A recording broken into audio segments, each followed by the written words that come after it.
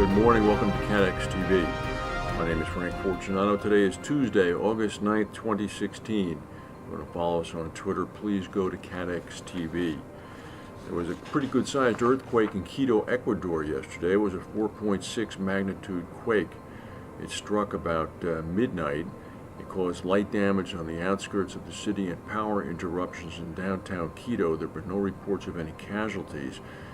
Ecuador is still recovering from a devastating 7.8 earthquake that killed 673 people back in April. Delta Airlines, the third largest airline in the world, encountered massive difficulties yesterday when it had a computer shutdown that affected their worldwide operations. About 1,000 flights were canceled yesterday. About 250 flights are going to be canceled today. More than 1,000 Delta customers spent the night at Tokyo's Narita airport outside of the city because the shutdown had affected departing flights as well as arriving flights. The airline posted a video apology by its CEO, Ed Bastian, and it offered refunds and $200 in travel vouchers to people whose flights were canceled or delayed. Delta's challenge today is going to be to find enough seats on planes during the busy summer season when they're running at about 90% capacity anyway. The hardship began early Monday morning, was compounded by the fact that the Delta flight status updates weren't working either. So customers headed to the airport because they did not know whether or not their flight was going to be on time, and they couldn't learn from the website. Delta said that after a power outage at the company's Atlanta headquarters, some key systems and network equipment did not switch over to backup systems. A spokesperson for Georgia Power said that the company believes a failure of Delta's equipment caused the power outage. He said no other customers lost power other than Delta. So this was a big problem. It's going to ripple through the Delta system for the next several days until they can catch up. Munich Re is supposedly still on track for a profit this year, despite the fact that they experienced a 24.4% drop in first half operating profit, all the way down to about $1.4 billion compared to, that's 1.4 billion euros compared to 1.9 billion euros in the first half of 2015. Their property and casualty combined operating ratio increased from about 93% to 99.8% as a result of higher losses, mainly big catastrophe losses such as the Alberta wildfire that they had to pay 542 million euros for.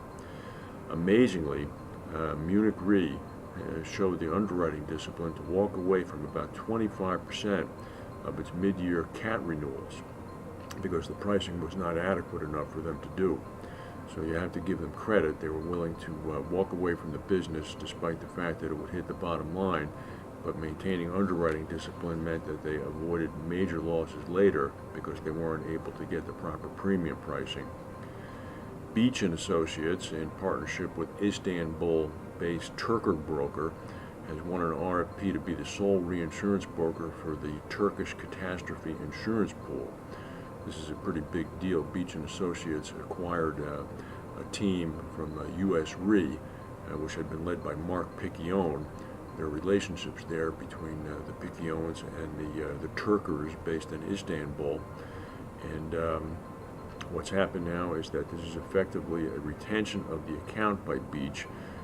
They've been appointed as the sole broker when the Turkish catastrophe insurance pool decided to move away from a panel approach last year, and this year they were up head-to-head against JLT Re, and they won. It's a pretty big contract, actually, because last year the CAT pool bought a program that provided about 2.4 billion euros of coverage, so it's a pretty big brokerage amount. There's a fast-moving wildfire in the mountains of San Bernardino County in California today. It's grown to about 6,300 acres, prompting the evacuation of thousands of residents. About 400 homes are under mandatory evacuation order, and 5,000 homes are under a voluntary evacuation advisory. The fire was first reported about noon on Sunday. It's only 6% contained.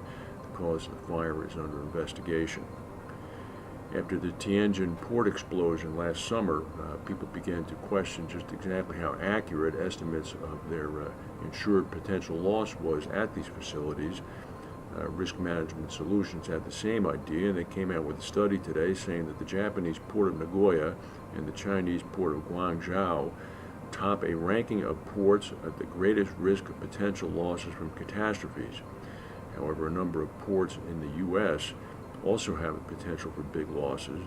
In a top 10 list of ports with the highest potential losses, 6 of the 10 riskiest ports were within the U.S., with the remaining 2 in Europe. Of course, the 2 mentioned before in China and in Japan. The port of Nagoya has an estimated marine cargo loss of $2.3 billion, followed by Guangzhou at a little bit under 2.3, and Plaquemine, Louisiana, has a $1.5 billion estimated marine cargo loss. The director of the study at RMS said, surprisingly, a port's size and its CAT loss potential are not strongly correlated. For example, while China may be king for volume of container traffic, our study found that many smaller American ports are more highly at risk, largely due to hurricanes. The analysis proves what we've long suspected, that outdated techniques and incomplete data have obscured many high-risk locations. The industry needs to cease its guessing game when determining CAT risk and port accumulation. There's an oil spill apparently in Kuwait. The state-run oil company says a spill has struck an onshore field. In a statement this morning, it said that workers are trying to contain the oil spill at the Amadi field.